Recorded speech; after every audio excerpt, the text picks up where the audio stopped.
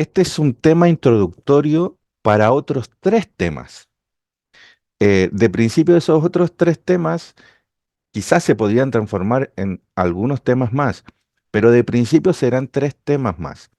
Ahora, este tema va a sentar las bases para hacer esos tres mensajes, ¿ya? Por eso que este es un estudio, no es necesariamente un mensaje propiamente tal espiritual. Lo vamos a ver si en algún punto. ¿Alguna duda de eso? ¿Nada? ¿Todos claros? Felices. Ya, Sí. todos claros. Y también se van a ir dando cuenta por qué el nombre, el Evangelio mutilado, el Evangelio cortado. Em, Nosotros sabemos que el Evangelio de Marcos es el más corto de los cuatro evangelios, ¿no es cierto? Tiene solo 16 capítulos. Ahora, algunas cosas que hay que comprender. Marcos, eh, el libro de Mateo, el libro de Lucas, el libro de Juan, la tradición les ha puesto como escritores a estos apóstoles o seguidores de Jesús, en caso de Lucas, que no alcanzó a ser un apóstol, pero andaba con los discípulos más tardío, es más tardío Lucas. Y aunque se identifica como un Lucas, el saber que es ese Lucas que andaba con Pablo y andaba con los discípulos, eso se lo ha adjudicado a la tradición. Lo mismo pasa con el libro de Juan. El libro de Juan, eh, la gente de la teología está muy convencida que no lo escribió el evangelista, perdón, el discípulo amado que nosotros conocemos. ¿Por qué? Porque en la historia de la iglesia cristiana hay otro Juan, que es conocido como el anciano Juan. Y es muy probable que él haya sido el escritor. Ahora, las, las datas de tiempo cuando se escribieron los evangelios, tenemos el más tempranero, el primero, como el libro de Marcos. Antes se pensaba que era el libro de Mateo, pero después la investigación llegó a la conclusión que había sido el libro de Marcos. Y la data es cercano del año 60 después de Cristo, que se escribió el libro de Marcos. El libro de Juan, que fue el último, incluso se escribió después de Apocalipsis, es cerca del 90 hasta el 100, entre el año 90 y 100. Ahora, todos los evangelios que ustedes deben tener claro, todos los evangelios son del primer siglo, antes del año 100, todos, porque hay mucha especulación y cosas que se dicen que no son ciertas al respecto, como que son muy posteriores. No, no, todos son del año 100. Ahora, es muy probable que si los apóstoles estuvieron relacionados con los evangelios, los apóstoles no iban a escribir en griego y nosotros tenemos originales de griegos. Entonces tampoco, nosotros tenemos copias de copias, ¿ok? Por lo tanto, es muy probable que lo que salgan en los evangelios propiamente tal no sea todo tal cual, ¿ok? Son elementos que tenemos que tener en nuestra mente. Porque hay gente que pregunta, ¿y cómo en el Evangelio Jesús maldice? ¿Y cómo aquí se enojó y hizo así? Y hay cosas que no tenemos respuesta, ¿ya?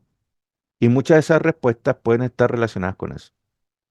Ahora, la forma de escribir de los evangelistas es muy extraña porque los evangelistas dicen comúnmente, eh, y Jesús dijo, y lo citan textual, y son libros escritos 50, 60 años después que Jesús lo dijo.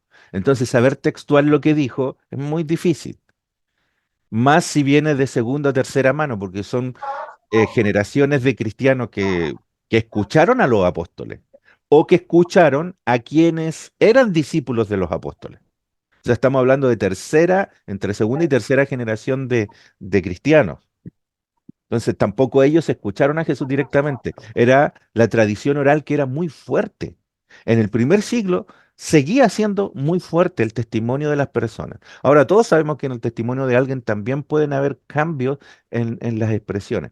Ahora, todo eso guarda relación también con el interés del evangelista. Los evangelios no son escritos con un interés de solo contar la vida de Jesús en forma cronológica. De hecho, hay tres evangelios que se conocen como sinópticos, que es Marcos, Mateo y Lucas. ¿Por qué se conocen como sinópticos? Porque tratan de hacer cronología de los hechos de la vida de Cristo. Juan no hace eso. Juan tiene un desorden en la cronología de eventos, porque él tiene otro interés, ¿ok? Si bien hay un nacimiento, un comienzo del ministerio de Cristo, y hay una muerte y una resurrección al final, los eventos que están en el centro están todos mezclados de tiempo. Ya en el libro de Juan pasa eso. Ahora, ¿quiere decir que los evangelios sinópticos son tal cual los eventos? También hay una diferencia entre ellos. Ahora, deben haber quizás decenas y decenas de versículos que en Mateo, en Marcos y en Lucas existen de la misma manera. Son como copias de copias. Entonces, la teología ha pensado, y es muy probable, se los voy a mostrar también, que hay otros escritos que no son los evangelios a los cuales estos evangelistas citan, como que van a una misma fuente, porque incluso hay un error que cometen los tres al mismo tiempo y los tres citan textual ciertos versículos de la vida de Cristo, relacionados con la vida de Cristo, como que ellos los estuvieran escribiendo y los tres cometen el mismo error. Entonces se piensa que hay un texto al cual ellos acceden. Ok, vamos más o menos comprendiendo lo que pasa. Ahora, ¿por qué Marcos? Porque Marcos es especial. Y esto lo descubrí hace muy poco. Porque Marcos, ¿qué tiene? Marcos tiene, es el primero de los evangelios, entonces no tiene referencia de los demás. Y es muy probable, yo creo que es así, que el verdadero Marcos estaba detrás del libro. ¿Ya? Y le voy a explicar las razones por las cuales es probable. Porque el libro de Lucas, por ejemplo, dice, yo Lucas le escribo a Teófilo, habla así, se identifica, pero el libro de Marcos no se identifica. La tradición le puso a Marcos. Ahora, lo que vamos a ver es por qué la tradición le pone a Marcos. ¿Cuál es la razón por la cual la tradición dice, ah, tiene que ser Marcos? Es probabilístico, es solamente una conjetura. Pensamos que yo creo que Marcos fue, y les voy a mostrar por qué. Y eso tiene que ver con cómo está estructurado el libro y con quién era Marcos. Es muy extraño todo esto porque hay una diferencia muy grande entre los discípulos y Pablo. Ellos tenían diferencias, ¿ok? Y eso es algo que todos nosotros debemos comenzar a aprender porque no se llevaban muy bien. Se, se llevaban, pero tenían discusiones, ¿ok? Por ejemplo, Pablo era apegado a la libertad de la ley, ¿no? Y ustedes encuentran todos esos textos, aunque tiene ciertas complejidades la forma en que él lo ve, que no es entendido, porque Pablo en algunos momentos ejecuta la ley, pero de manera diferente a la tradición judía, pero la ejecuta. Él no está eliminando la ley, él le está dando el valor que tiene a la ley, la está sacando del valor que le daban al pueblo judío. Entonces es muy común ver esa diferencia con Pedro. ¿Por qué? Porque Pedro andaba judaizando. Pedro estaba apegado a la ley. Y los discípulos, de hecho hay un tratado, no recuerdo el nombre, por ahí lo tengo, después eh, lo podemos mencionar, pero hay un tratado que escribieron los discípulos en ese primer siglo, que eran las normas que ellos seguían. El tratado de tener 18, 19 páginas, y ellos seguían la ley, pero la reinterpretaron a la manera que debía ser interpretada. Por eso que el libro de Mateo dice que Jesús vino, no vino a abrogar la ley o los profetas, vino a cumplirla. Por eso que ellos hablan en ese sentido. Y ellos, ¿cómo la cumplen? Porque la palabra cumplir en el libro de Mateo es tapar los huecos, reinterpretarla. Eso es lo que quiere decir el libro de Mateo.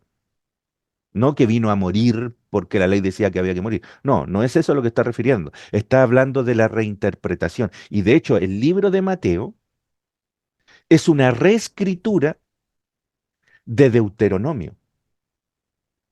Mire lo que le estoy diciendo. Es una reescritura de Deuteronomio, pero a la manera de como Cristo lo veía y como los apóstoles lo comprendieron. ¿Ok? A todo esto, con qué secta tenían problemas los discípulos y Jesús siempre? Y se encontraban ahí y se cruzaban palabras y se discutía. Eran los fariseos, ¿no? Pablo era fariseo. Entonces a los discípulos tampoco les caía muy bien, para que lo tengamos como antecedente. Entonces, como venía de los fariseos tenían una forma muy radical de ver las cosas. Si bien Pablo se desmarca de la ley, que era algo que los fariseos tenían, la forma en que lo hace también es muy sectario, porque Pablo dice, tienen que creerme a mí no más, porque si alguien viene con otro evangelio, él no, solo créanme a mí. Y eso es muy sectario, creerle solo a uno. Por eso que habían diferencias entre los discípulos, ¿ok? Ahora, Marcos, el libro de Marcos, ¿por qué le cuento todo esto? Porque el libro de Marcos no tiene esa polaridad. De hecho, eh, el libro de Marcos, como lo es el libro de Mateo y Lucas, que son apegados a la ley, a la tradición judía, el libro de Marcos se trata de desmarcar de la ley, como lo hacía Pablo. Porque resulta que el joven Juan Marcos, si bien era seguidor, de hecho, Pedro le llamaba mi hijo Marcos, le decía a Pedro en una de sus cartas. Marcos estuvo un año completo, en el año 43 después de Cristo, viajando con Pablo. El primer viaje de Pablo lo hizo con Marcos. Entonces tenía influencia de los dos. Y Marcos, el libro está ahí entre medio. Eso va a ser parte de los temas de la trilogía que vamos a ver.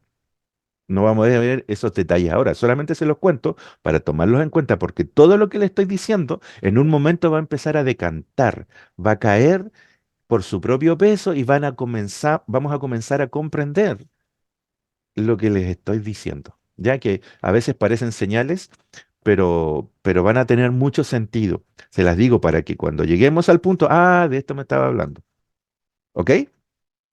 Entonces esto es magistral. Y eso lo vamos a ver ahora. Vamos a ver el contexto histórico, lo que se habla respecto a Marcos. Vamos a ver la estructura del libro de Marcos, cómo está dividido, porque tiene tres actos el libro de Marcos. ¿Ya? Todos los evangelistas son escritores exquisitos. Quizás el que escribe menos poético, podríamos decir, o menos profundo es Marcos. Es el más sencillo de todos. Y es por eso que una de las razones por la que pienso que era el Marcos, porque los discípulos no tenían mucha, mucha labia como para escribir cosas profundas teológicas, como sí lo tiene el Evangelio de Juan. Hay un momento en que el libro de Hechos dice que se sorprendieron porque los discípulos eran gente sencilla y no tenían no eran como los escribas, no eran elocuentes. Eran gente sencilla. Entonces era muy difícil que ellos escribieran de primera fuente estos libros. Pero ellos tenían escribanos, como era Juan Marcos para Pedro, y ellos sí tenían la labia. Ahora, Juan Marcos, si bien venía de este origen más sencillo en la forma de escribir, eso se nota a través del libro de Marcos, usted lo ve. Pero él tiene algo espectacular escondido dentro del libro de Marcos, que es cómo va a expresar la vida de Cristo. Y eso lo hace a través de tres puntos principales. El libro de Marcos, en resumen, es una parábola. Dentro del libro de Marcos hay una parábola específica y dentro de los primeros 8 capítulos se menciona esa parábola en diferentes formas. Y el libro de Marcos es una solución a esa expresión de esa parábola. El Evangelio de Marcos, sabemos que es el más breve, ya algo dijimos. Tiene solo 16 capítulos, pero ¿por qué es el más corto? Los evangelios tienen 22, 24, 28 capítulos, pero este tiene solamente 2 tercios de los evangelios. El nombre dice algo, ¿no? El nombre del tema, el evangelio mutilado.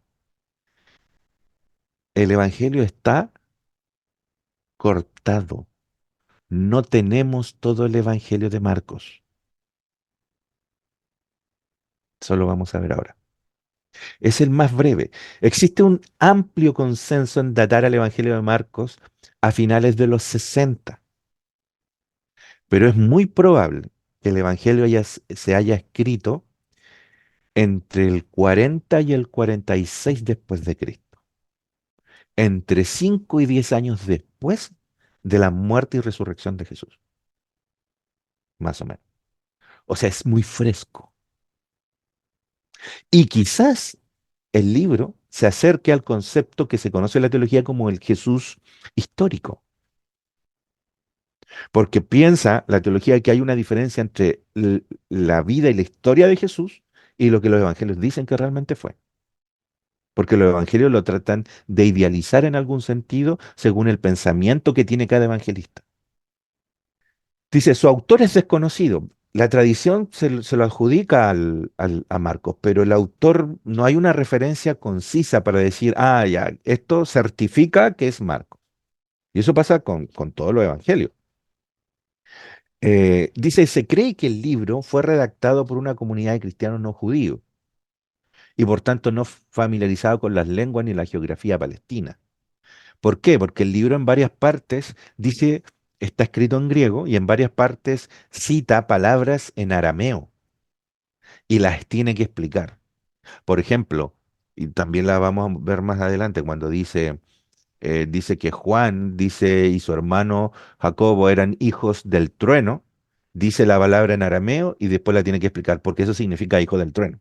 O sea, cita una palabra en arameo y la tiene que explicar. Eso quiere decir que esa comunidad de destino del libro y el escritor tenían que explicar el arameo si lo mencionaban, porque no eran como los discípulos, que ellos sí hablaban en arameo. ¿Ok? Y no es una parte, son varias palabras en arameo que tiene que explicar el libro de Juan. Y esa es una de las razones. ¿Ya? Seguimos. También es prácticamente seguro que al final del Evangelio de Marco, a partir del 19, perdón, del 16:9, o sea, parte el capítulo 16, 9, desde el 9 en adelante, no está en los textos más antiguos. En las copias más antiguas que se tiene del libro de Marcos no está, el Evangelio está cortado hasta ahí, hasta el 16:9 llega. ¿Y de dónde apareció desde el verso 10?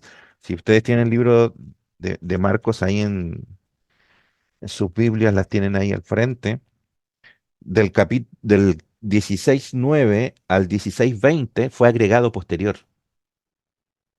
No es escrito por Marcos o por el escritor del libro. Es un agregado posterior. ¿Por qué? Usted se da cuenta. Cuando usted lee el libro tiene una forma de escribir y cuando llega ahí, de repente empieza a dar mucho detalle y termina. Como que quieren terminarlo rápido. ¿Qué sucede? Que el libro está inconcluso. Entonces no se sabe bien por qué está inconcluso. Yo creo que le arrancaron la última parte. ¿Ok? Yo creo que se la arrancaron. Y vamos a ver esa teoría porque tiene algún sentido. Puede ser que el libro haya terminado ahí y haya quedado tan inconcluso, Marcos. Hay algunos que piensan eso. Pero por alguna razón tuvieron que agregarle los estos últimos 11 versículos. ¿Por qué? Porque la historia estaba inconclusa. Entonces los primeros cristianos vieron la necesidad y alguien tuvo que escribir eso. Eso ustedes lo van a encontrar en varios evangelios. Por ejemplo, en el libro de Juan está la historia de la mujer que Jesús, ¿se acuerdan cuando le llevan a Jesús a una mujer que la iban a apedrear porque la habían encontrado en adulterio y le dice, ¿qué hacemos? Y el Señor empieza a escribir en el suelo y dice, el que esté libre de pecado tire la última piedra. ¿Se recuerdan de eso? Esa historia no está en ningún evangelio. Ningún evangelista la escribió. ¿Cómo? Esa era una historia que se conocía en la iglesia cristiana. Por estos temas de la tradición oral. Se sabía lo que había pasado, pero nadie la había escrito. Entonces alguien la escribió y de principio la agregó al libro de Lucas. Y después la tomaron y la dejaron en el libro de Juan por una estrategia. porque la dejaron, si no me equivoco, cerca del capítulo 7 8 porque el capítulo siguiente de Juan hablaba del juicio. Entonces trataron de enlazarlo con la temática de Jesús como un juez. Pero no lo escribió el evangelista. De hecho, cuando usted va estudiando el libro de Juan y va entendiendo cómo escribe Juan, porque Juan escribe una fiesta judía, un milagro, y dentro de eso un diálogo con los fariseos. Y eso se ve truncado con la historia de la mujer entre medio, porque va siguiendo el mismo sistema capítulo a capítulo, y de repente llega al 8 y aparece la historia de la mujer y le corta el relato. Eso usted se da cuenta si lo lee completo al hilo. Entonces, es normal encontrar textos que están en los evangelios que no fueron escritos por los evangelistas, sino que fueron agregados. Estamos hablando del siglo III, siglo IV, que es el inicio de la iglesia cristiana. Siglo II, donde están los primeros cristianos organizados, ya pasaron a ser obispos en las iglesias que se formaban. Estamos hablando de ellos. Y hay cuatro o cinco padres de la iglesia em, que son del siglo III, siglo IV, que son los que más o menos empezaron a organizar esto. De hecho, en este codex que está abajo escrito entre el año 778 y el 820, es esta foto, y esta foto representa el libro de Marcos. Ellos, ya cerca del siglo III y siglo IV, ya le adjudicaron al libro de Marcos y lo empezaron a relacionar con un león alado. ¿Se acuerdan de las figuras del Apocalipsis?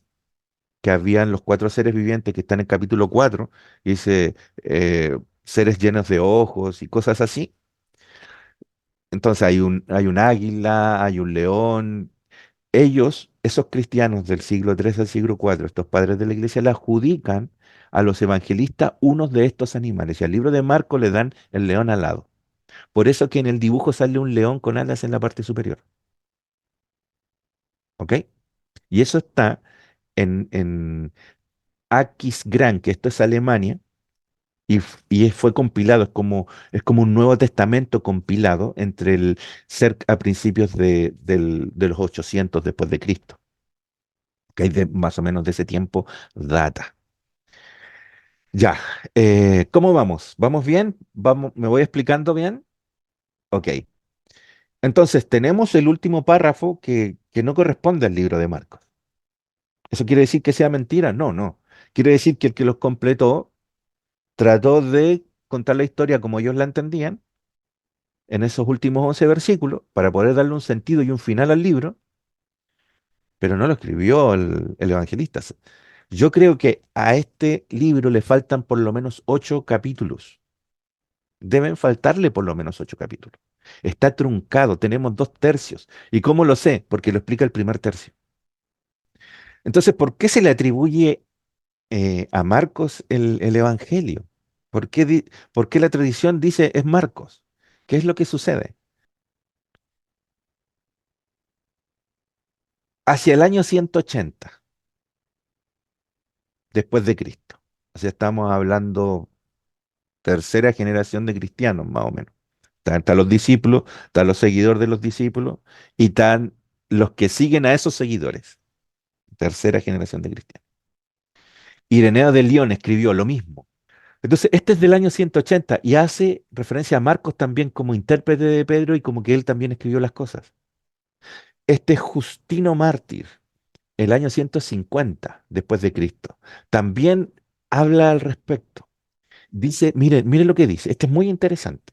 Dice, da también un indicio porque afirma que leyó en las memorias de Pedro, o sea, Justino Mártir las leyó, él le está diciendo eso,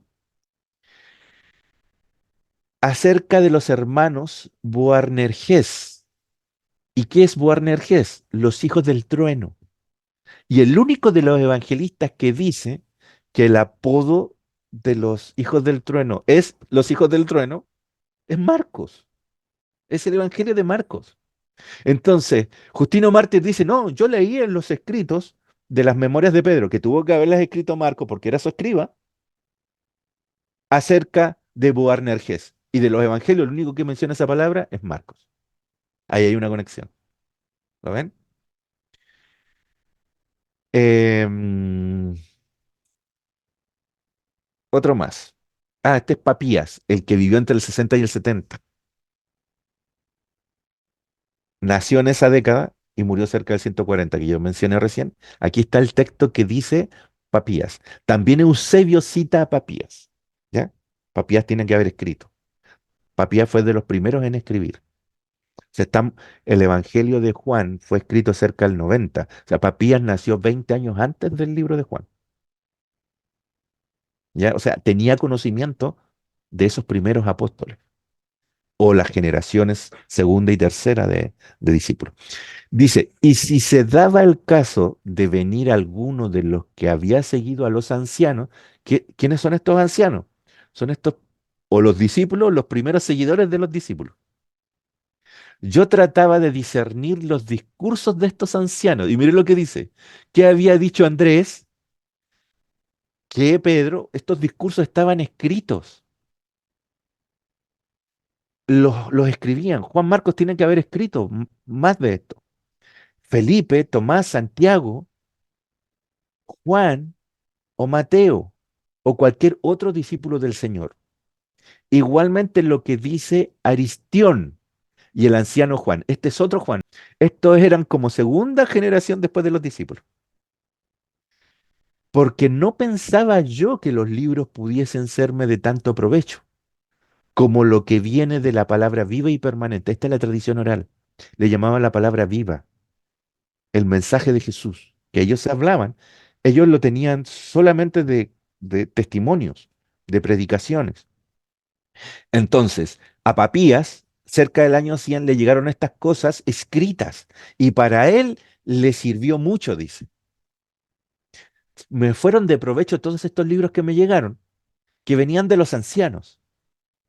Eso es lo que está diciendo. Esta es la referencia más antigua que tenemos de textos que hacen referencia a que los discípulos tenían. El anciano también decía lo siguiente, y está haciendo referencia a ese anciano que puede ser Juan, un Juan que es siguiente generación después de los discípulos. Marcos fue el intérprete de Pedro. Ya todos lo sabían. ¿Se dan cuenta? Todos están citando lo mismo.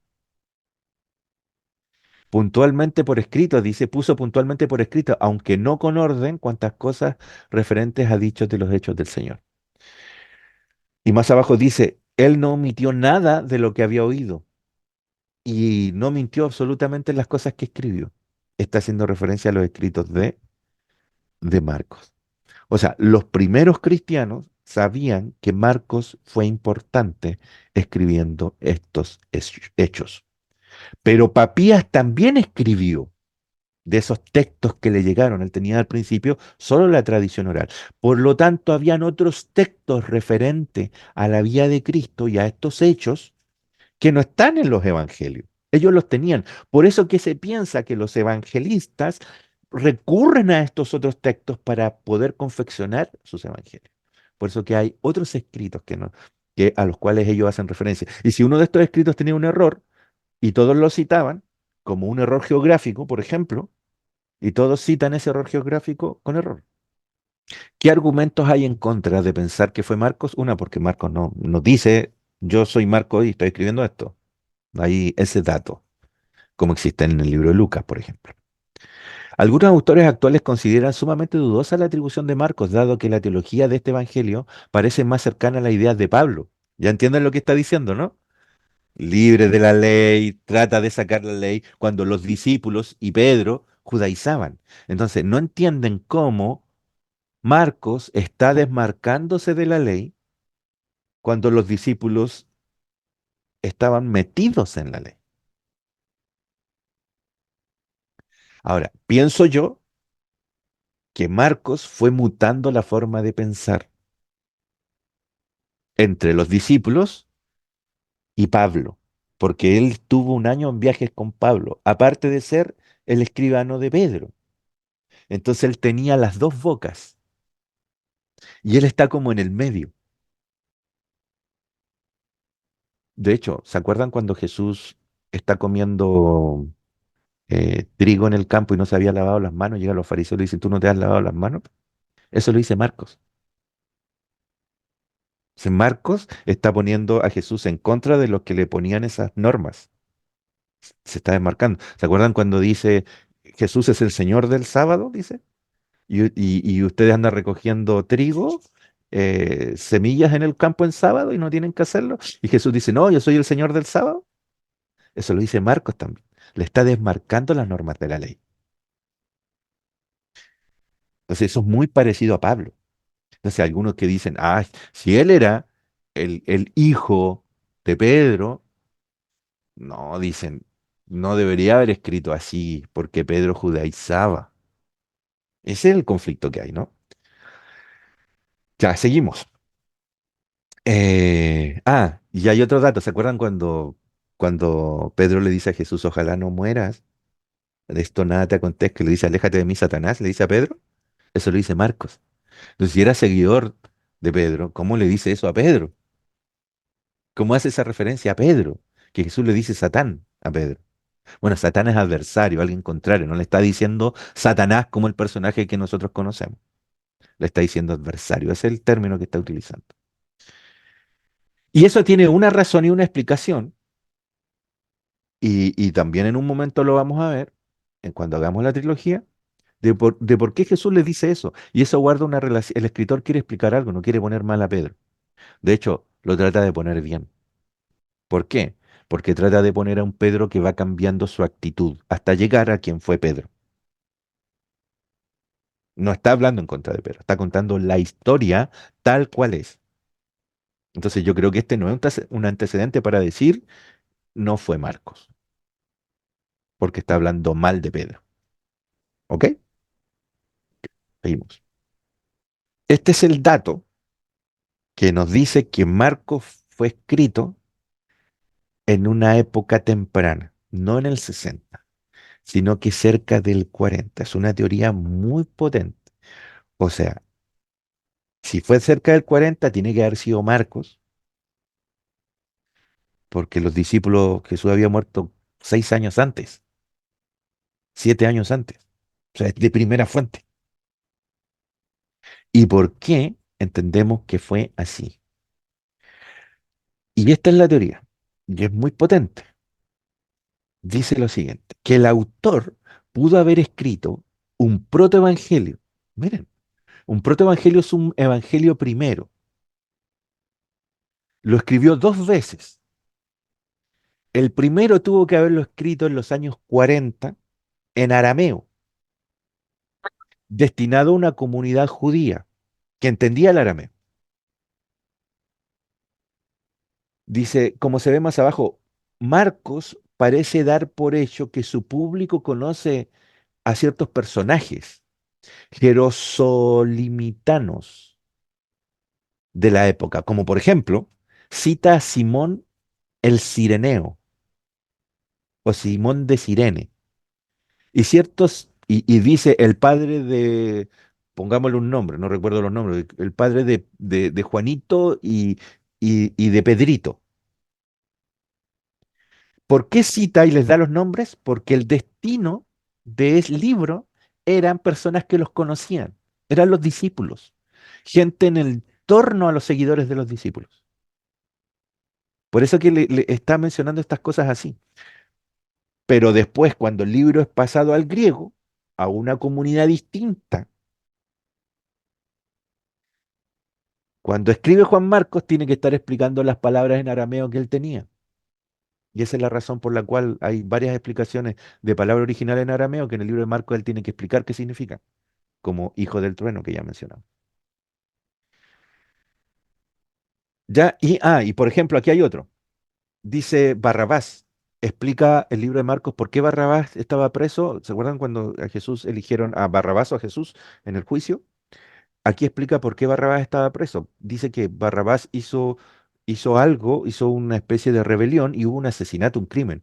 Y ellos, Barrabás y sus seguidores, fueron llevados por haber matado a alguien. Los dos que estaban presos o crucificados al lado de Cristo eran seguidores de Barrabás, ¿ya?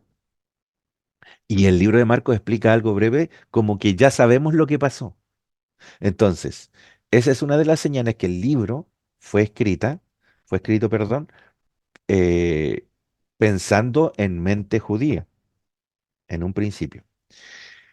Y esto lo explicaría un papiro, que es el papiro 7Q5. 7 significa la séptima cueva, Q de Qumran y 5 el quinto manuscrito.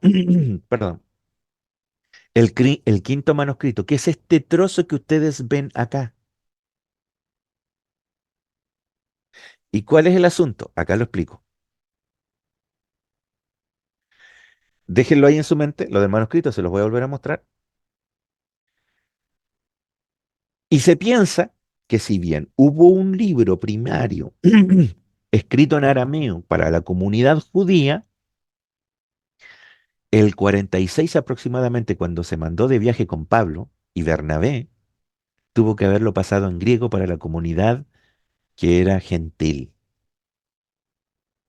Y eso tiene que haber pasado cerca del 46. Y de ahí tenemos nosotros estas copias en griego. ¿Ya?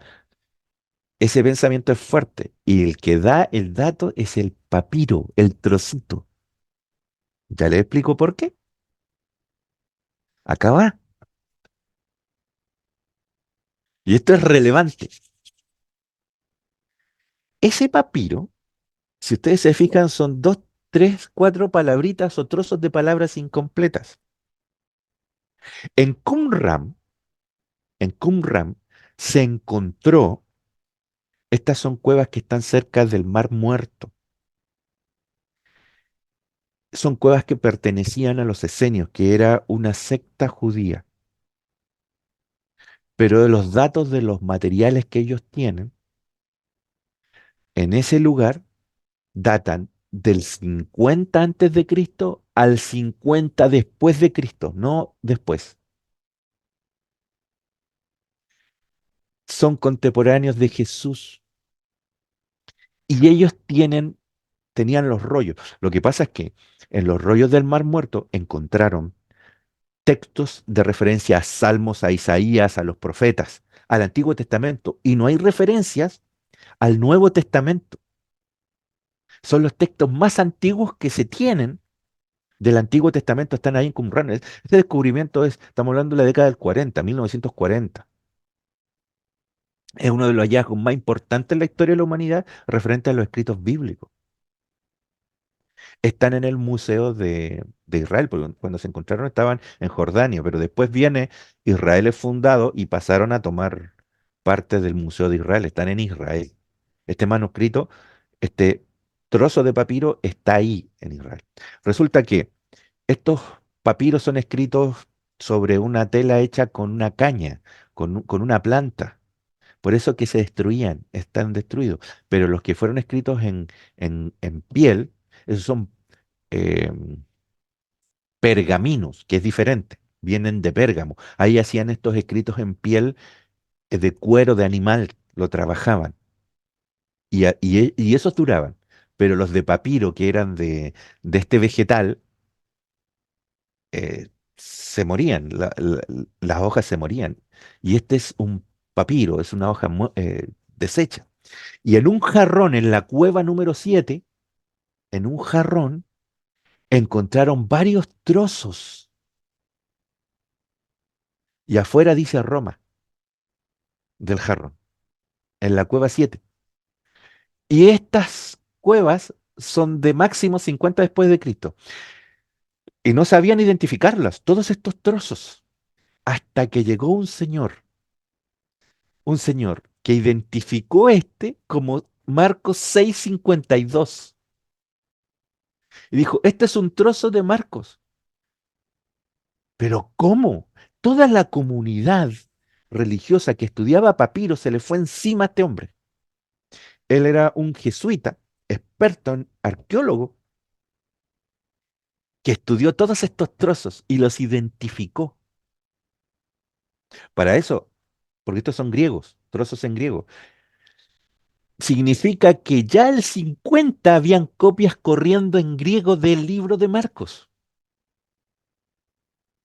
¿Lo van viendo? Si es que es así. Y como toda la comunidad se le fue en contra a este señor, él desapareció 10 años de los estudios. Lo atacaron, lo atacaron, lo atacaron. Ustedes ya saben qué significa eso, ¿no? Cuando los religiosos te atacan, levanta la mano la hermana Flo. Es así, entonces el tipo salió y después volvió. Y hubo otros estudiosos que dijeron, puede ser cierto. ¿Por qué lo atacaron? Porque no podía haber en las cuevas de Qumran textos que hicieran referencia al Evangelio, cuando supuestamente los Evangelios se escribieron después del 60. ¿Comprenden? No podía haber, porque esto destruye todo el pensamiento que había de datas de tiempo. Y esto nos acerca al Jesús histórico, escrito de primera fuente. Y aquí está el libro de Marcos. Por eso que pienso que el libro de Marcos sí fue escrito por Marcos, porque es cercano, es antes del año 50. Y ahí está la teoría de que el 40 escribió en arameo, el 46 fue los viajes con Pablo de, de, mm, de Marcos, fue el año 46 que hicieron ese viaje, y se piensa que ahí tuvo que haberlo escrito, de ahí viene el 50 con los esenios que ellos ya tenían copias. Miren, aquí va lo relevante. Y aquí va la conexión con la trilogía. 7Q5, no se olviden que esta es la cueva número 7. Ahí tienen una foto del año 2001 de la cueva número 7. En Qumran, 7, séptima cueva, Q de Qumran, 5, el quinto manuscrito, el quinto trozo o el quinto papiro. Dice, fue descubierto el 47 al 55. Está en todo este descubrimiento ahí. El papiro está escrito en griego, una de las cosas que ya dijimos. ¿La importancia cuál es entonces? Se presentó a partir del año 72. Y aquí está el jesuita que yo les mencionaba. Se llama José O'Callaghan Martínez. Es español. Él murió el 2001. Publicó sus conclusiones de sus propios estudios de estos trozos encontrados en ese jarrón. Y estos textos, dice él, son del Nuevo Testamento. Si es así, es disruptivo lo que ocurre aquí en Qumran. Y Callahan no solamente identificó el 5, identificó el 4 como Timoteo, el 6 como Marcos, aparte del 5, dos trozos de Marcos, el segundo trozo del 6 como Hechos, el 7 también Marcos, identifica el libro de Santiago en el trozo 8, el libro de Romanos. Los esenios tenían relación con Pablo.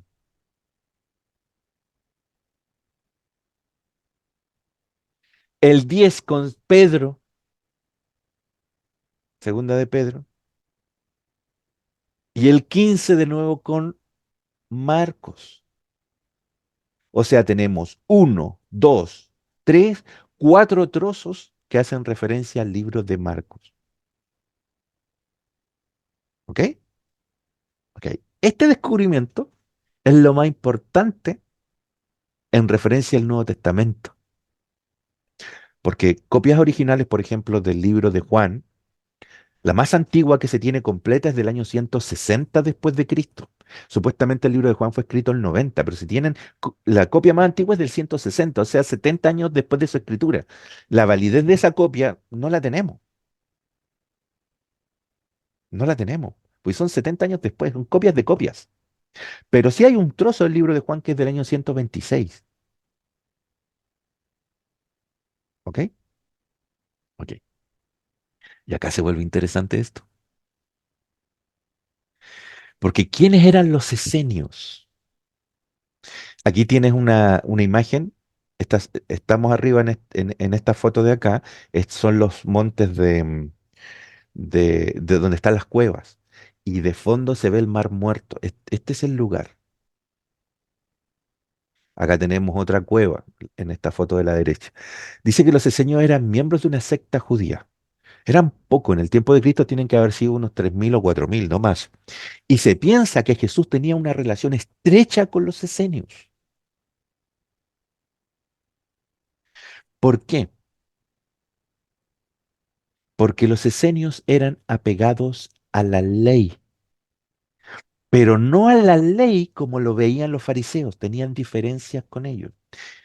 Y tenían diferencias en cierta medida con los saduceos, aunque se piensa que los saduceos dan origen a los esenios, porque ellos tenían un líder que en los escritos estos del rollo, de los rollos del Mar Muerto, ellos hacen referencia a un líder que es del año 150 antes de Cristo, en el tiempo de los macabeos, cuando estaba la invasión griega. ¿Qué hacen los esenios? Tratan de no mezclarse con los griegos en el pensamiento. Tratan de ir al origen de la Torá, de la ley, y tratan de practicarla, pero como debía interpretarse, no como los fariseos lo habían hecho y no como de un principio lo decían los saduceos. ¿Los saduceos quiénes eran? Los saduceos en la política judía eran un grupo de sacerdotes de élite. Ellos eran como la clase social alta y se peleaban el control de Jerusalén con los fariseos, que los fariseos trataban de llegar a todo el pueblo. Pero ¿cuál era la diferencia? Los saduceos significa el perfecto, eran descendientes del sacerdote que había ungido a Salomón, Sadoc, de ahí vienen saduceos. Y los saduceos no creían, esto es relevante, los saduceos no creían en la resurrección, no creían que el cuerpo seguía viviendo, ellos creían en el ahora, en lo que tienes ahora. Y eran apegados a la ley en ese sentido, en seguir las normas ahora y lo que tenemos es la ley. Lo que venga después, ellos no lo veían. Los fariseos sí pensaban en el espíritu. Por eso que Pablo sigue hablando en sus cartas, no somos de la carne, sino del espíritu, porque era lo que ellos pensaban. Pablo era de origen fariseo y ese pensamiento lo sigue teniendo. Y Pablo sí pensaba en la resurrección. ¿Se acuerdan que él tenía, lo vamos a ver también, él tenía una pelea Pablo tenía una pelea con gente que no creía en la resurrección? Eso está en 1 Corintios 15, lo vamos a ver ya nomás. Oye, oye, oye, oye, oye, al libro de Marcos no le falta un trozo, ¿no? ¿Sabe cuál le falta? La resurrección. Mm. Dice el texto, hasta donde termina Marcos, que van las mujeres a la tumba y hay alguien ahí que le dice, ¿por qué lo buscan si resucitó? Y ellas se van y termina el texto. Pero no hay evidencias en el texto de esa resurrección. Termina sin evidencias de la resurrección. Alguien le arrancó todo eso. ¿Por qué lo sé? Porque el libro de Marcos viene preparando la resurrección desde el primer tercio del libro. El libro está dividido en tres bloques y uno de esos bloques es la resurrección. Y falta, están los primeros dos bloques en el libro. Por lo tanto, no tenemos la última parte, pero la podemos especular. ¿Cómo? Con las primeras dos partes. Ahí vendrá el tema 3. ¿Ya? Ahora también se los voy a ordenar, lo van a ver visualmente, lo que les estoy explicando. Entonces, estos tipos, los esenios, que de hecho, esenio es un término griego para referirse a ellos, eh, dice a mediados del siglo II antes de Cristo, hablamos del 150 antes de Cristo, de una revuelta macabea, dice que ellos cobraron fuerza porque ellos estaban medios contrarios a los macabeos, que eran los que tenían el control del pueblo judío antes de Cristo. Y ellos son los que se liberaron de los griegos. Pero resulta que los macabeos los acompañaban los fariseos en algún punto. Y había una disputa entre los saduceos que tomaban el control, que tenían una forma de ver las cosas, y los fariseos. Los saduceos eran ellos, era una secta cerrada. Ellos no buscaban adeptos. Su forma de ver la ley y las cosas era propia de ellos porque ellos eran descendientes de Sadoc. Era una línea sacerdotal. Pero en cambio los fariseos, ellos tenían una forma estricta de ver la ley, pero ellos trataban de llegar al pueblo, que el pueblo les creyera. Por eso que andaban metidos con Jesús en todas partes donde Jesús hablaba. Porque ellos se creían los intérpretes verdaderos de la ley y que el pueblo tenía que hacer caso. Y si no hacía caso, eran pecadores. El problema de Jesús y los discípulos no era contra la ley. El problema de Jesús y los discípulos era contra de los que interpretaban la ley a su manera y se creían perfectos, que era el grupo de los fariseos. Esa es la diferencia. Por eso los discípulos después siguieron judaizando, porque ellos no tenían problema con la ley. ¿Ok? Pero ese es el pensamiento de los discípulos, que no era tampoco el pensamiento de Pablo. Ellos tenían esa diferencia. Ya, seguimos. Acá está la estructura de Marcos, lo que le estoy hablando. Acá lo van a ver. El libro de Marcos, ustedes ven en azul tres cuadros. Olvídense de los que están abajo mientras.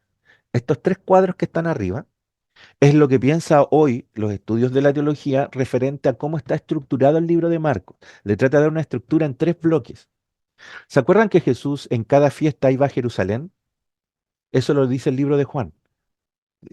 El libro de Juan cita varias veces que Jesús iba a Jerusalén. Jesús estuvo 3 años y fracción de ministerio.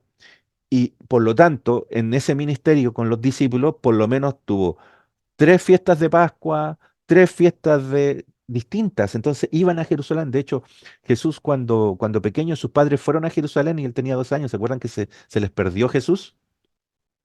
Cuando se les perdió Jesús, Jesús iba varias veces. Pero en el libro de Marcos, Jesús va solamente una vez a Jerusalén. No quiere decir que fue una vez, sino que quiere decir que el relato lo dividió en tres situaciones geográficas. El primero es todo lo que le pasó a Jesús en Galilea. Ese es del capítulo 1 al capítulo 8, en la primera parte del capítulo 8. El segundo bloque es cuando Jesús se mueve de Galilea y está en tránsito, se desplaza de Galilea. Eso está del capítulo 8, la última parte, al capítulo 10. Y el capítulo 11 al 16, cuando llega en esos desplazamientos, termina en Jerusalén y Jesús es asesinado, muere en la cruz. ¿Ok? Entonces, el libro de Marcos, según la teología, lo divide en esos tres bloques. Cuando anduvo en Galilea, cuando se desplazó y anduvo en camino y finalmente llega a Jerusalén. Para mí es muy parecido. Esto me ayudó a confeccionar el bloque que yo creo que tuvo que haber tenido el libro de Marcos de un principio. Y les voy a explicar por qué. El libro de Marcos del capítulo 1 al 8, sí, esa división está perfecta. Pero el libro de Marcos trata de la liberación.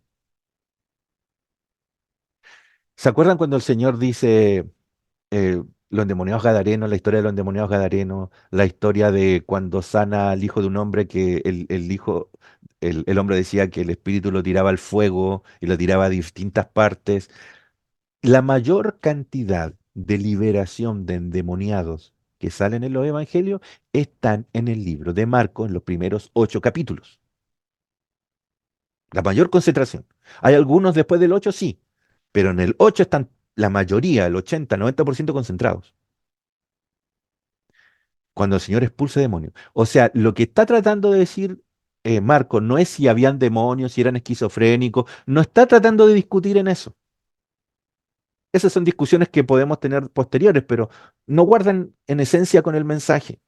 Que alguien diga que la palabra demonio es simplemente la gente enferma enfermas de la mente. No, no, no. Para el escritor eran cosas que tenían las personas que tenían que salir desde dentro.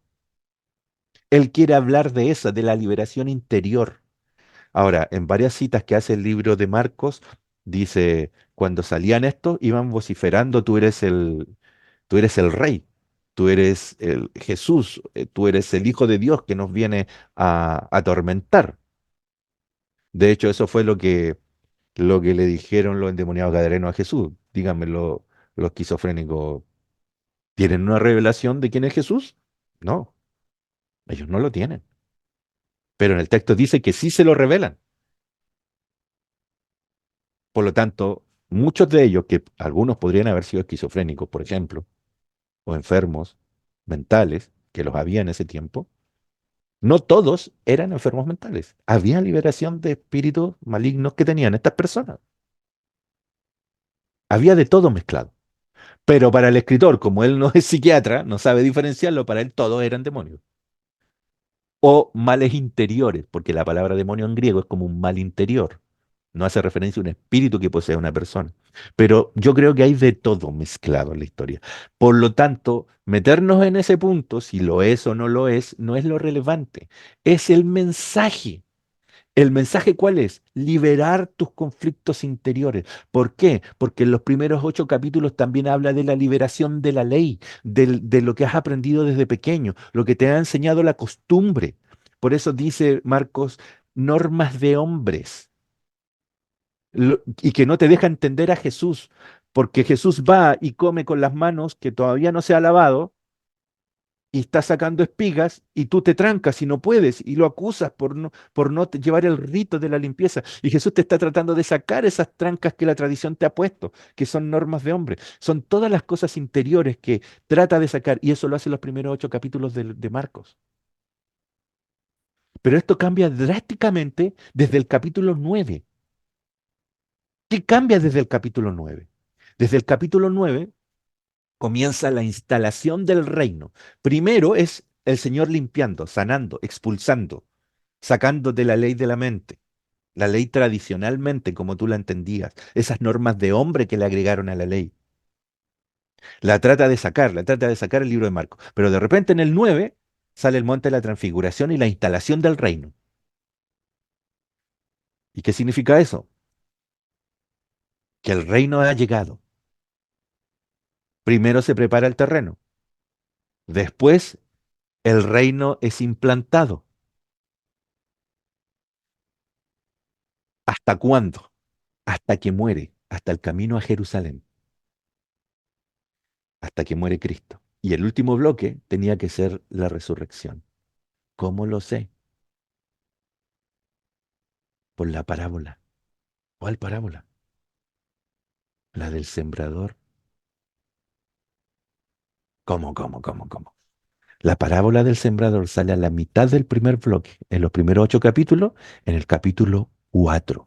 Y por lo menos hay referencias 2 o 3 veces más a semillas. ¿Y qué significa eso? Marcos te está tratando de explicar la vida de Cristo a través de 3 sinopsis. Y te está tratando de explicar que Jesús es el Mesías, es el Hijo de Dios. Pero resulta que a quienes van destinadas a la carta no tienen idea quién es Jesús. Entonces les tiene, y si saben, si de principio había un pueblo judío que sí sabía quién era Jesús, tenías que demostrarles. Entonces les tienes que explicar de una forma didáctica. Y Juan Marcos lo hace de una manera exquisita. Lo hace a través de una parábola, les trata de hacer entender quién es Jesús y qué significa Jesús. Y ahora cuando esto pasa a los griegos, que ellos de por sí no lo sabían, también les tenía que calzar la enseñanza, cómo lo tenían que ver ellos, si no tenían referencia a Jesús. Ahora, si viene alguien y te dice, mira, vino un tal Manuel, por decir un nombre. Y ese Manuel era Jesús, era como el Jesús, como el Mesías. No dice Jesús, dice un tal Manuel, que era el Mesías. Pero murió y resucitó. Y yo te lo cuento a ti. Tú no tienes idea de nada. ¿Me crees? Muy difícil, ¿no? Tenía que haber un antecedente, algo que te hiciera creer. Pero si hay 100 personas contando lo mismo, tú dices, aquí hay algo raro. Estos son unos locos, dices tú. Esto es una secta rara. Y empiezas a contar. Y de repente empiezas a ver los textos. De repente empiezas a ver que ellos no son un grupo cerrado. De repente empiezas a conocerlos. Entonces, alguien tenía que empezar a escribir estas cosas y expresarte las ideas de manera concisa para que otros que no vieron entendieran que Jesús realmente era. Pero ¿cómo explicas que Jesús resucitó? Si hay un grupo y los esenios que tenían cierta afinidad con los saduceos, de principio, aunque después se desmarcaron de los saduceos, ellos tampoco creían en la resurrección. Entonces es fácil tomar los primeros escritos de Marco y arrancarle la resurrección. ¿Cuál es el asunto? Los esenios hacían esto. Cuando entraban a la comunidad, traían todos sus bienes, los regalaban, hacían votos de pobreza y se desligaban de sus riquezas. Tomaban todas las cosas en común y las repartían por partes iguales según su necesidad. Eso hacían los esenios. ¿A quiénes se parecen? A los discípulos. ¿De dónde lo sacaron los discípulos? Tenían relación con los esenios. No creían exactamente todo igual que los... Ay, pero los esenios eran apegados a las normas, a la ley. ¿Pero cómo? A través del amor. Ellos amaban al prójimo. Por eso que tenían afinidad con los discípulos. Y ahí está la gracia de esto. Pero tenían diferencias de pensamiento en varias áreas. Por eso que los esenios tenían estos textos primarios o primeros de los discípulos. Tenían relación con el cristianismo y se piensa que Jesús vivió en estas comunidades también, al medio de estas comunidades. Y ahí están las pistas. Ahora, ¿por qué es cierta relación con los saduceos en su origen? Porque había un sacerdote que era el que los fundó.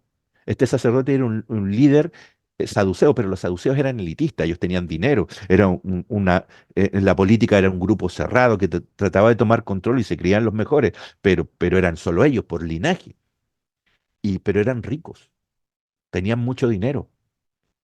Pero los esenios hacían votos de pobreza. Entonces, como que fue mutando en el tiempo la forma en que veían la ley, el amor al prójimo, que ellos hicieron votos de pobreza. En un principio incluso practicaban el celibato, no se casaban.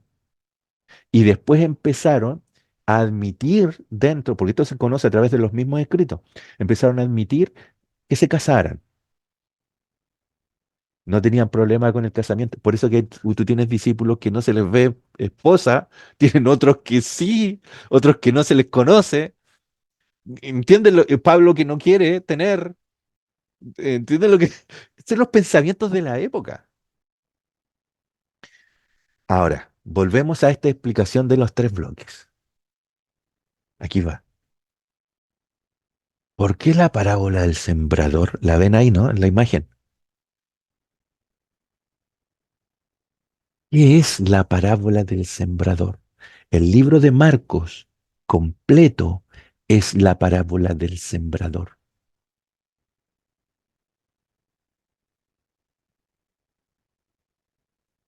¿Cómo lo sé?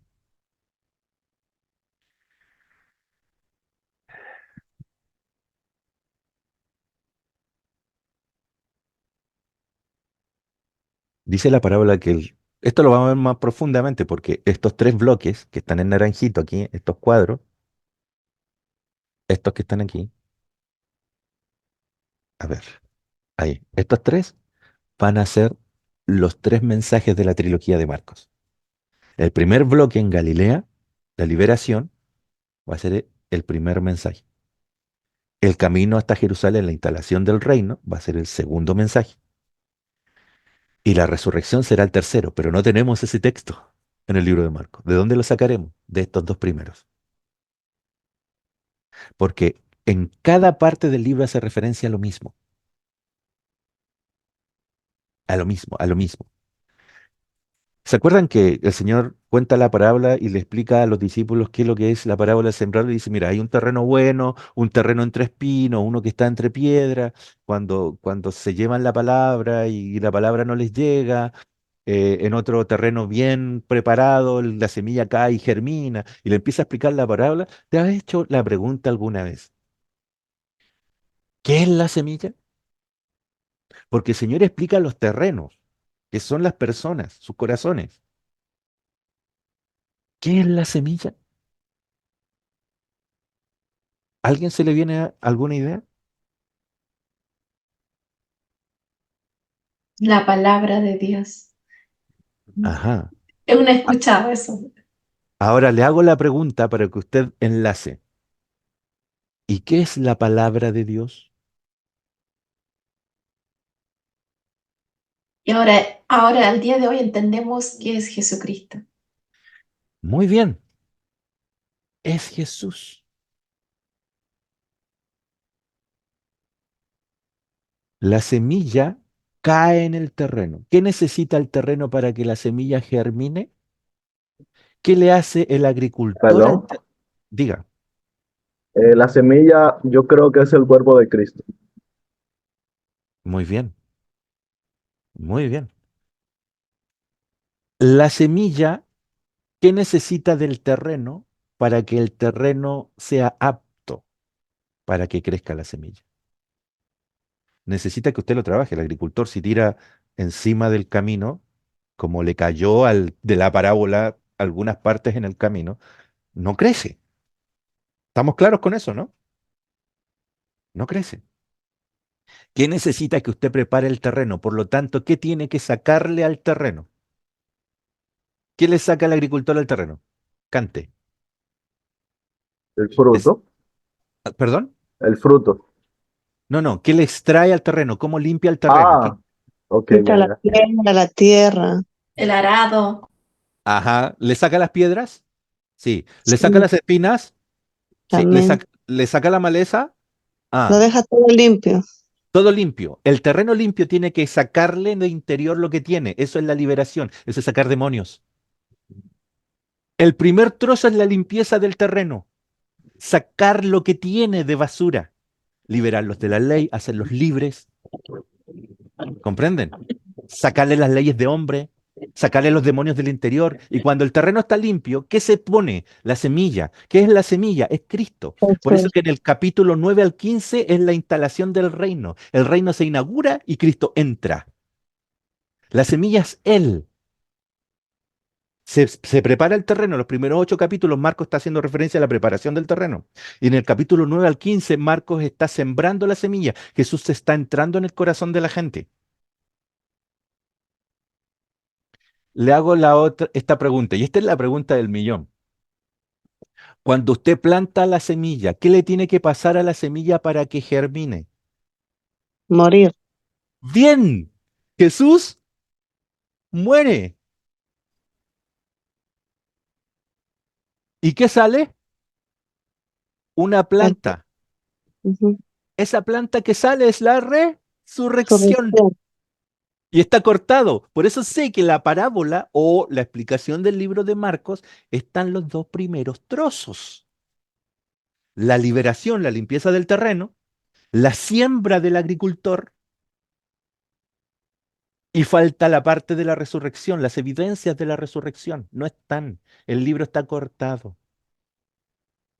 Y el libro completo está haciendo referencia a estos tres eventos en diferentes partes, especialmente en el centro de la primera parte, que es la introducción. En el capítulo 8 está la parábola del sembrador y lo menciona varias veces el tema de la semilla y usa otro elemento simbólico que tiene mucho sentido con la semilla y es el pan. El pan también necesita una preparación, viene extraído de la misma semilla. Es el pan y hay que leudarlo y cocinarlo. Cuando se cocina se necesita fuego y cuando se leuda se necesita, obvio, levadura, un fermento. Por eso dice Marcos, cuidados de la levadura de los fariseos. Está haciendo referencia a lo mismo.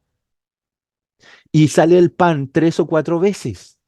Está la alimentación de los 5.000, de los 4.000, que es otra alimentación de multiplicación de panes y peces. Hay dos en la Biblia. Sale ahí y salen eventos relacionados con el pan en que discuten y Jesús lo usa de señuelo para hablarles del reino. Después viene el reino instaurado, el pan es hecho, leudado, cocinado. Por eso que el libro de Marcos dice, y tienes que pasar por el fuego, y si no vas a pasar por el fuego, ¿a qué vas a entrar? ¿Al reino o al fuego? Está hablando del cocer el pan. Y cuando viene Jesús al final en su resurrección, cuando él va a morir, dice, comeos este pan, este es mi cuerpo. Es la misma imagen. El sembrador, el trigo y el pan. Usa esos dos elementos para contar su parábola. Está esparcida por todo su libro. Ese es el libro de Marcos. El primer bloque va a ser nuestro primer mensaje, que es la liberación, la limpieza del terreno. El segundo mensaje es la instalación del reino. Vamos a ver algunos detalles respecto a cómo Jesús instaura el reino. Y el tercer bloque, que es la resurrección, es el que menos material tenemos, pero sale mencionado en el primer y segundo bloque de manera magistral por el mismo Marcos y podemos confeccionarlo. Esos van a ser los tres temas que vienen. ¿Con quién andaba Marcos? Con, con Pedro, ¿no? Y después con Pablo. Miren lo que dice Pablo. Y estos nos van a brillar los ojos. Vamos a ver lo que dicen los dos, Pedro y Pablo. Vamos con Pablo. Pablo tiene un problema porque donde él va, en Corintios había un grupo que no creía en la resurrección, porque así eran. Los de pensamiento como los saduceos, ellos no creían en que había resurrección o había vida después de morir. Entonces se arma una discusión y Pablo les escribe. Y aquí va. Porque primeramente os he enseñado lo que yo recibí, dice Pablo. Dice, Cristo murió por nuestros pecados conforme a las Escrituras y él fue sepultado. Y resucitó el tercer día conforme a la Escritura. Esto yo se lo he dicho. ¿Por qué discutimos de esto? Dice Pablo. Si esto es algo que ustedes saben, yo ya se los conté. Dice, y después, esa no es solo la evidencia, aquí está la evidencia, aquí es el trozo que le falta a Marco, que es la evidencia de la resurrección. Mira, dice Pablo, después se le apareció a 500 hermanos a la vez, de los cuales muchos viven aún, es el Pentecostés, y a otros ya duermen. ¿Qué es duermen? Están muertos, están descansando. Y Pablo, muy, ¿cómo se dice? Muy detallistamente le dice, duermen, para que comprendan lo que él quiere decirles. Si duermen, quiere decir que van a despertar. Les está hablando de la resurrección. Dice, después se le apareció a Jacobo, después a todos los apóstoles, por último, y dice que al último es como un abortivo, o sea, como un bebé que nadie quiere, se me apareció a mí. Dice, porque yo soy el más pequeño, o sea, él como perseguía a los cristianos se sentía en menos. Y mire lo que sigue diciendo. Pero si se predica que Cristo resucitó de los muertos, ¿cómo dicen algunos entre vosotros que no hay resurrección? Si eso ya se los dije. ¿Cómo pueden decir que no hay resurrección? Porque si no hay resurrección de los muertos, entonces me están diciendo que Cristo no resucitó. Y si Cristo no resucitó, entonces nuestra predicación es vana. Vana es también nuestra fe. O sea, ¿en qué fundamentamos nuestra creencia en Jesús si Cristo está en una tumba y nunca se va a levantar? Y somos hallados falsos testigos de Dios. O sea, estamos contando algo que es mentira. Porque hemos testificado. Y dice, y Cristo no resucitó, vana es nuestra fe. O sea, todo lo que nosotros pensamos, todo lo que nosotros decimos que tuvo que haber ocurrido, eh, no pasó, porque no creemos en la resurrección. Entonces también los que durmieron, ahora que está citando a los que durmieron, los que había dicho recién, aquellos que habían visto y están descansando, están en la tumba. Dice, entonces también los que durmieron perecieron. ¿Cómo? Perecieron es apolumia, es la misma palabra. Apolumia es estar perdido en griego. Entonces, todos esos que durmieron están fritos, dice. Están, están perdidos. No se van a volver a levantar. Están ahí, no hay más. Eso es lo que está diciendo Pablo. Si en esta vida solamente esperamos a Cristo, o sea, solamente mientras estamos vivos, y si morimos se acabó todo, o sea, somos los más dignos de conmiseración de todos. O sea, que alguien nos tenga, por favor, piedad. Porque si es solo esto, está mal, dice Pablo. Eso es lo que está tratando de expresar. Ahora, más ahora Cristo, por consiguiente, está diciendo, o por el contrario, ha resucitado de los muertos. Y dice, primicias de los que durmieron es hecho. O sea, ¿qué es las primicias? Él. Cuando el pueblo llevaba primicias de alimentos, cuando se hacía la cosecha y llevaban alimentos al santuario, ¿se acuerdan que al sacrificio llevó Abel, eh, Caín y Abel, Caín llevó alimentos y hubo el conflicto de los hermanos? Al menos eso dice la historia. ¿Ustedes sabían que el pueblo de Israel siempre lleva alimentos al santuario como ofrenda? Estas eran las primicias, era parte de los ritos que hacían. Elvia, ¿necesita decir algo? Tiene la manito levantada. Sí, primero que nada, muchas gracias porque hace un tiempito escuché un historiador que dijo que el Evangelio de Marcos es el más genuino de los evangelios. Entonces yo me quedé todo ese tiempo con la incógnita a qué se refirió porque ya después no lo seguí y usted nos está explicando muy, muy interesante. Muchas gracias. Eso quería decirle antes de que me vaya. Y la otra es de que tengo entendido por lo que usted nos comenta que, ¿cómo se llama? Marcos convivió con los esenios de alguna u otra manera y que los esenios primero, como estaban en contacto con los saduceos, sí creían en la resurrección, pero después como que ya no. Entonces, podría ser la conclusión de que los esenios arrancaron la parte de la resurrección del libro de Marcos. ¿Podría ser? Es probable, es probable. No sabemos quién Sí. arrancó esa última parte, porque la copia que tenemos más antigua del libro de Marcos completa no la tiene. Y no es la de los esenios la que tenemos. La de los esenios son estos trocitos de papiro. Sí. Entonces Ajá. no sabemos, pero tiene que haber sido alguien que muy probablemente no creía en la resurrección, que era uno de los conflictos que tenían ellos. O sea, Sí. cómo explica que Jesús murió y resucitó al tercer día si es algo sobrenatural? Sí. No tienes cómo Y es explicárselo. que los saduceos trataron mucho de persuadir al pueblo que no había resurrección. Entonces, en ese tiempo había confusión aún entre los mismos seguidores. Por ejemplo, en la cuestión de Pablo, por lo que yo entiendo, pues aunque era fariseo de fariseos, pero por lo que yo entiendo, dentro de los fariseos estaban los seguidores de Gamaliel y los seguidores de Jaliel, ¿cómo se llama el otro? Sí, sí, está bien. Claro, y Gamaliel era como que más helénico, más, más de lo de griego, o sea, era una mezcla de la Torá con, pues, con chispas de lo de los griegos. Así es. Entonces, por eso Pablo también creía en la resurrección. ¿Se acuerdan que yo les dije que los esenios se distanciaron de los griegos y trataron de no mezclarse con las ideas? Esa idea de, Sí, de que después de muerto se puede, todo ese pensamiento es griego. Y los sí. esenios se desmarcaron, ellos no creían en esa forma de ver la resurrección. Ujú. Y es muy probable que tiene que haber sido con esas tendencias. No había solo una. Los saduceos no creían en la resurrección, de ahí venían los esenios. Pero los esenios con el tiempo empezaron a desmarcarse de los saduceos. Pasaron a ser un grupo que si bien tenía su origen por ahí, ya va mutando la forma de pensar en el tiempo. Cualquier iglesia que usted ve en su fundación, a 100 años después va cambiando sus doctrinas, va modificando, va cambiando su pensamiento.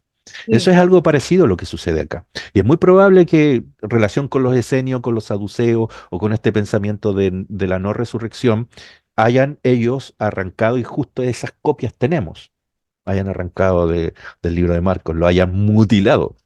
Eso es sí. más o menos. Ahora, ese es el conflicto que hay acá en Corintios, justamente lo que usted está mencionando. ¿Necesita decir algo más? No, es todo, gracias, gracias, muy amable. Sí, sí, sí. Ya, muy bien. Muy bien su intervención. Es así como usted piensa. Entonces, dice también un hombre, dice primicias, Jesús es las primicias, este primer alimento que se llevaba, él le está poniendo eso que ellos conocían de llevar el primer alimento y lo está Pablo adjudicando a Cristo y dice, Él es como las primicias. Él es las primicias. No es, significa que las primicias son muchas cosas. Todas las primicias son Jesús. Eso es lo que está diciendo Pablo. Lo vamos a ver más, aquí mismo lo explica. Entonces, de todos los que duermen, lo primero que se llevó como alimento, que se llevaba de la cosecha, era las primicias de todos los que mueren. El primero que resucita, el importante, el relevante, es Jesús.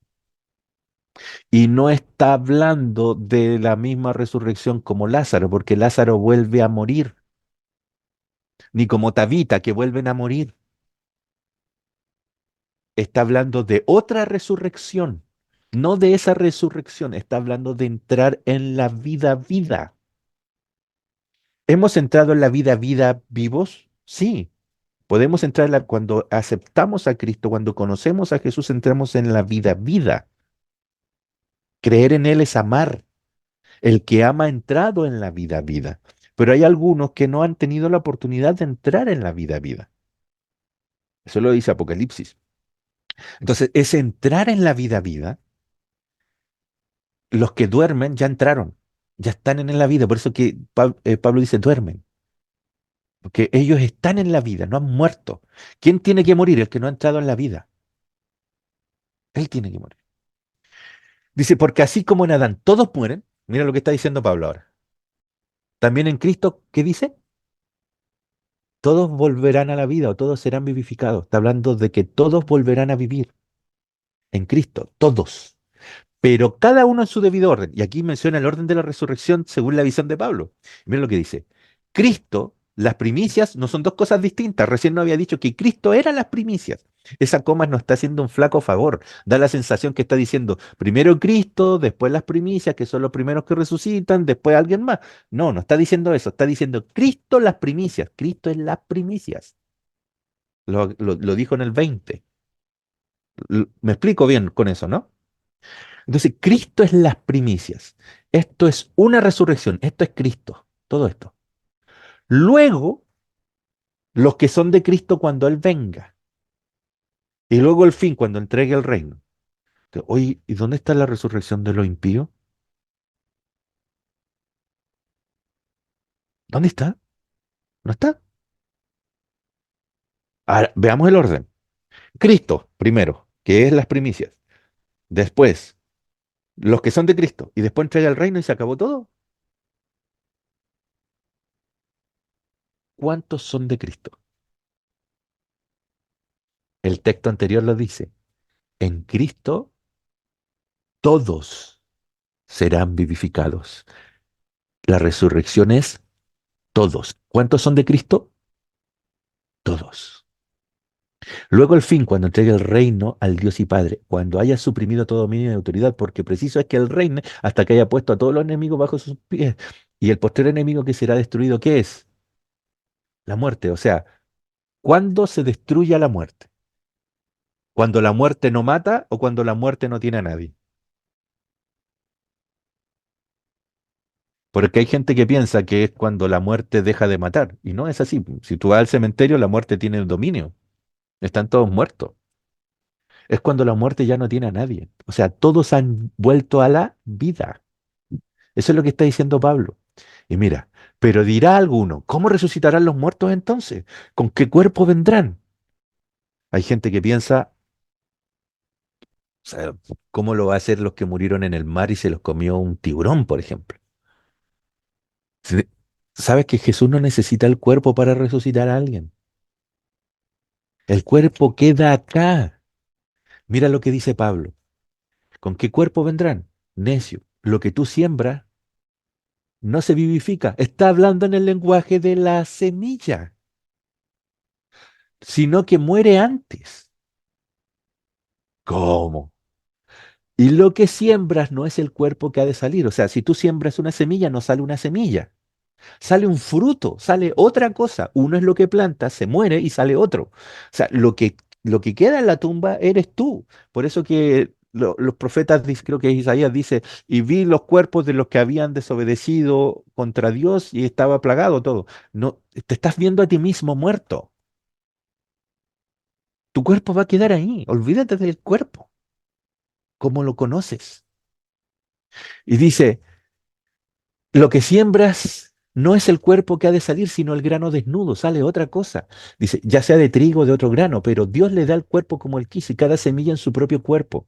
Así también es la resurrección de los muertos. Esto es lo que habla Marcos en su libro. Esta es la alegoría de Marcos, la aprendió con Pablo. Se siembra en corrupción, se resucita en incorrupción. Se siembra en deshonra, se resucita en gloria. Se siembra en debilidad, se resucita en poder. Y mira acá, se siembra en cuerpo animal, o sea, en materia, y se resucita ¿cómo? Espiritual. Hay cuerpo animal y cuerpo espiritual, no es lo mismo. ¿Cómo son los ángeles? Espirituales. Esa es la resurrección, dice Pablo. Es espiritual. Hay gente que piensa que va a resucitar de la misma manera que murió y si es impío va con la misma enfermedad. Eso no es lo que está diciendo la Biblia, o al menos Pablo.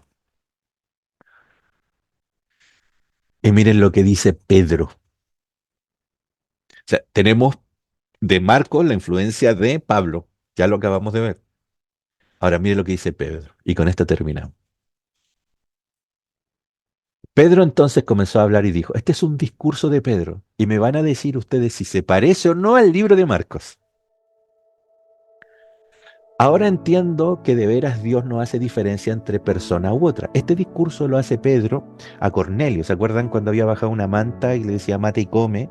Y él no quería comer nada. En la visión le dice, tú no llames inmundo a lo que yo he limpiado. Se refería a Cornelio, la visión. Después viene Cornelio y le pide ir a visitar, que Pedro lo visite. Y Cornelio era un romano. Él no visitaba las casas de los gentiles. Por la ley él no lo hacía. Entonces Pedro se tenía que sacar aquellas basuras de dentro. Y en ese proceso termina yendo a visitar a Cornelio y le hace un discurso. Y aquí le dice en el discurso, yo ahora entiendo de veras que Dios no hace diferencia entre una persona y otra, entre un gentil y un judío. O sea, yo ahora lo entiendo. Sino que en cualquier nación acepta a los que lo reverencian y hacen lo bueno. O sea, si hay alguien que quiera aceptar al Señor, lo va a aceptar de la misma manera. Ahora lo entiendo, dice Pedro. Dios habló a los descendientes de Israel, anunciando el mensaje de paz por medio de Jesucristo, que es el Señor de todos. ¿Se acuerdan el libro de Marcos, primero escrito en arameo para judíos y después en griego para gentiles? Entonces es lo mismo que está diciendo Pedro. O sea, yo pensaba de una forma, ahora entiendo que es primero a los judíos, después a los gentiles. Ustedes, dice el verso 37, ustedes bien saben lo que pasó en toda la tierra de los judíos, comenzando en Galilea. ¿Cómo? ¿Jesús partió en Galilea? Sí, sí. Jesús partió en Galilea, dice Pedro. Ustedes ya lo saben. Después Juan proclamó que era necesario bautizarse. Está hablando de lo que hizo Juan preparando el terreno, Juan el Bautista. Saben que Dios llenó de poder y el Espíritu Santo a Jesús de Nazaret. O sea, él se bautizó, cayó el Espíritu Santo, y que Jesús anduvo haciendo el bien ahí en Galilea. Ese es el primer bloque del libro de Marcos. Jesús y sus actividades en Galilea, con la sanación, la expulsión de demonios, etc. Y dice, sanando a todos los que sufrían bajo el poder del diablo. Está hablando de la liberación de demonios. Ay, pero eso es Marcos. Esto pudo hacerlo porque Dios estaba con él. Y nosotros somos testigos de todo lo que hizo en la región de Judea y en Jerusalén. O sea, ahora en Judea, primero en Galilea, después en Judea, Jerusalén. Después lo matan colgándolo en una cruz. ¡Uf! La semilla es plantada, llega a Jerusalén, muere y lo cuelgan de una cruz. Pero dice, Dios lo resucitó. La semilla germina al tercer día. Está contando el libro de Marcos en dos bloques hasta llegar a Jerusalén. El primer bloque, Galilea. Segundo bloque, camino a Jerusalén. Tercer bloque es la resurrección de Jerusalén al mundo. Pero Dios lo resucitó al tercer día e hizo que se nos apareciera a nosotros. Y mira lo que dice de Jerusalén al resto del mundo. Este debió haber sido el último bloque del libro de Marcos. No se apareció a todo el pueblo, sino a nosotros, a quienes Dios había escogido de antemano como testigos. Nosotros comimos y bebimos con Él después que resucitó.